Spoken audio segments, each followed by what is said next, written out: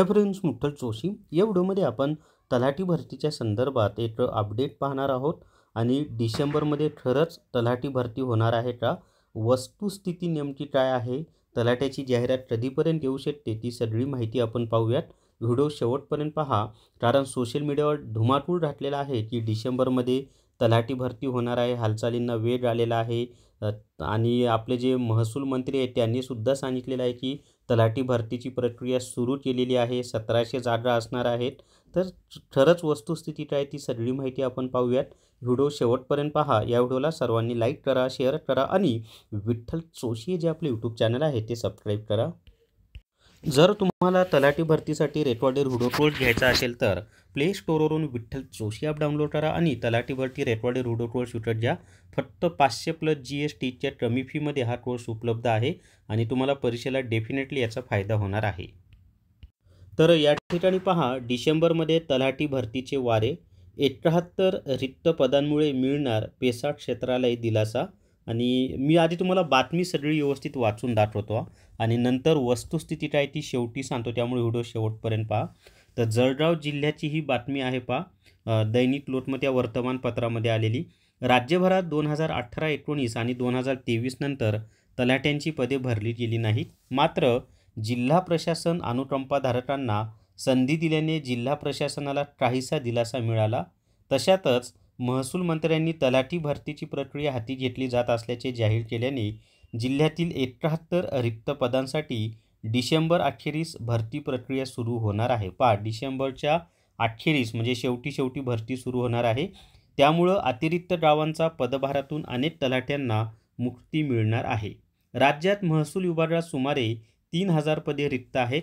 त्यातही सर्वाधिक 2471 रिक्त पदे तलाट्यांची असल्याने सद्यस्थितीत एका तलाट्याकडे 3 ते 4 गावांचा कारभार दिला गेला आहे. प्रत्येक गावाला आठवड्यातून 1 दिवस तलाठी जातो. अनेकदा एखाद्या गावात तलाठी 15 दिवसातून एकदाच येतात. यामुळे शेतकऱ्यांना चावडीच्या पायऱ्या किमान 4 वेळा तरी चढाव्याच लागतात. तलाट्यांचा भार हा अनेकदा कोतवालावर देखील पडत असतो.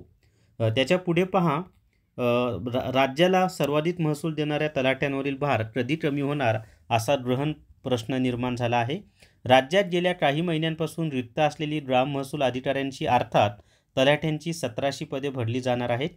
त्यासाठी शासनाच्या वतीने प्रक्रिया सुरू करण्यात आली असल्याची माहिती महसूल मंत्री चंद्रशेखर बावनकुळे यांनी दिली. त्यामुळे स्पर्धा परीक्षांचा अभ्यास करणाऱ्या उमेदवारांना डिसेंबर अखेरीस आनंदाची बातमी मिळण्याची शक्यता सूत्रांकडून व्यक्त केली जात आहे. आता त्याच्यामध्ये पहा, तर जळगाव जिल्ह्यामध्ये तलाट्याची मंजूर पदं 659 आहेत. सेवेमध्ये 593 कार्यरत आहेत. पेसा क्षेत्रामध्ये 23 आहेत. सेवारत 18 आहेत आणि रिक्त पदे 61 आहेत. आता हे झालं बातमीची माहिती. आता मी तुम्हाला सांगतो वस्तुस्थिती काय आहे.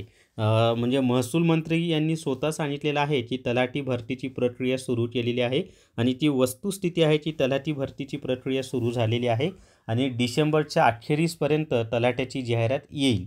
त्याचं कारण असं आहे की 1 जानेवारीनंतर पुढे MPSCकडे सरळ सेवा भरती द्यायचं चाललेलं आहे.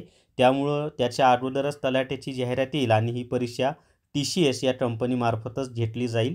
एवढी याच्यानंतरची परीक्षा MPSCकडे जाईल, पण एक परीक्षा मी आधीपासून सांगत आहे की TCS या कंपनीमार्फतच घेतली जाईल.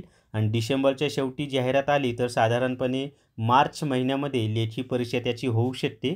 परंतु आत्तापासून तुम्ही अभ्यास करा आणि ते पण आचारसंहिता लागलेली नसेल तरच डिसेंबरच्या शेवटी जाहिरात येईल. आणि त्या पिरियडमध्ये जर आचारसंहिता लागू झालेली असेल तर मात्र मग ती जाहिरात लांबू पण शकते. ही वस्तुस्थिती आहे. सर्व काही आता डिपेंड आहे ते आचारसंहितेवर. भरती प्रक्रियेला सुरुवात केलेली आहे आणि 2026मध्ये फार मोठ्या प्रमाणात भरती होणार आहे, ही सुद्धा वस्तुस्थिती आहे. खूप जागा भरल्या जाणार आहेत, ती पण वस्तुस्थिती आहे. तलाट्याची भरती होणारच आहे 2026मध्ये. फक्त आचारसंहिता नसेल तर डिसेंबरच्या एंडिंगला जाहिरात येऊ शकते. आचारसंहिता असेल तर मात्र जाहिरात लेट पण होऊ शकते. परंतु अभ्यास चालू ठेवा, कारण जाहिरात आल्यानंतर अभ्यासाला वेळ मिळत नाही, कमी वेळामध्ये तयारी होत नाही. त्यामुळे आत्तापासून अभ्यास चालू ठेवा. तर या व्हिडिओमध्ये एवढीच माहिती. या व्हिडिओला सर्वांनी लाईक करा, शेअर करा आणि विठ्ठल जोशी जे आपले यूट्यूब चॅनल आहे ते सबस्क्राईब करा. Thank you very much.